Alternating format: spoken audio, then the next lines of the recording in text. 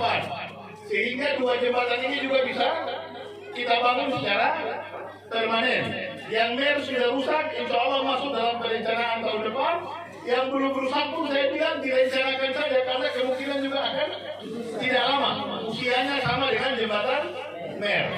Jadi untuk tahun ini ada 17 jembatan yang dibangun.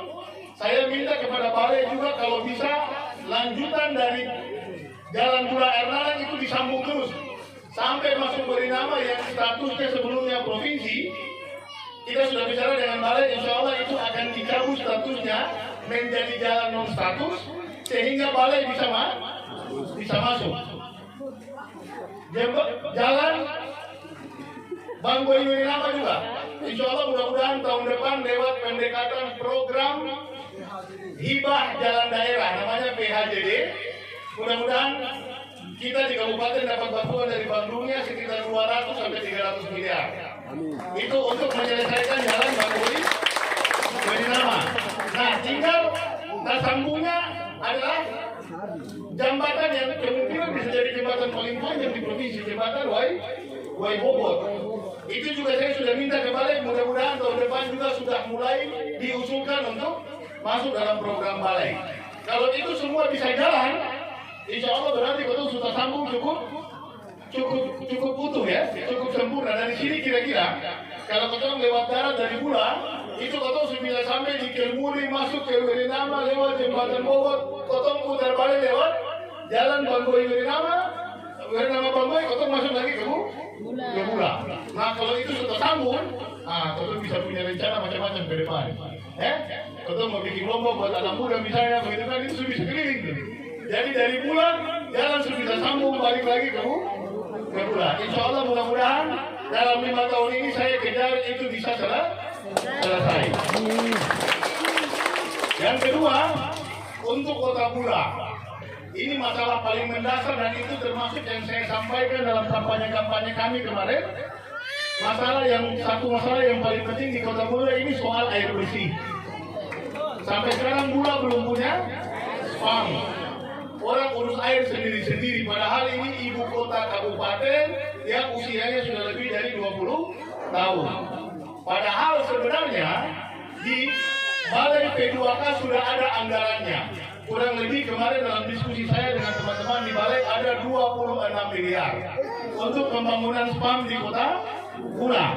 Ya, jadi kalau spam dibangun nanti Bapak Ibu itu keran sudah masuk ke dalam rumah semua warga di kota Bula.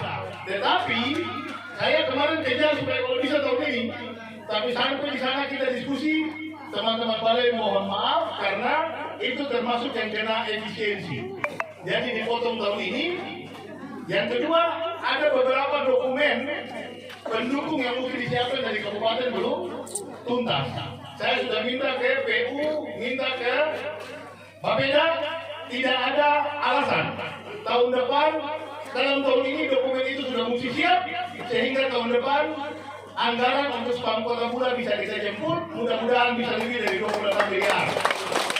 Kalau itu kita bangun, tinggal pemerintah daerah kelola spam itu dengan baik pendekatannya PDAM atau kita bisa bangun satu UPTD di bawah PU nanti untuk mengelola spam kota Bula, ya, supaya kota bangga ini kota suntuan tapi semua air bersih sama sekali, betul tak? Mudah-mudahan tahun depan itu bisa berhasil.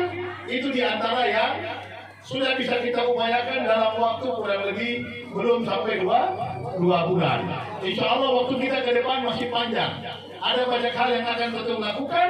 Beta juga bisa sampaikan kemarin di Ambon. Beta ketemu di acara pernikahan tenaga ahli Menteri ESDM. Kebetulan tenaga ahli ini dekat sama saya. Kalau saya panggil dia ponaan, dia panggil saya Om. Ketemulah dengan Menteri ESDM di situ. Lalu kita ngobrol lepas saja sambil menunggu kelanjutan acara. Dari hasil obrolan lepas, alhamdulillah Menteri ESDM menjanjikan bantuan untuk SBT 2 SPBU khusus nelayan. Jadi Kota Ambon dapat 2, Maluku Tengah dapat 2, SBT dapat 2. Menteri ESDM bilang, Bapak Lahadalia bilang ke saya, Pak Bupati, saya ini lahir di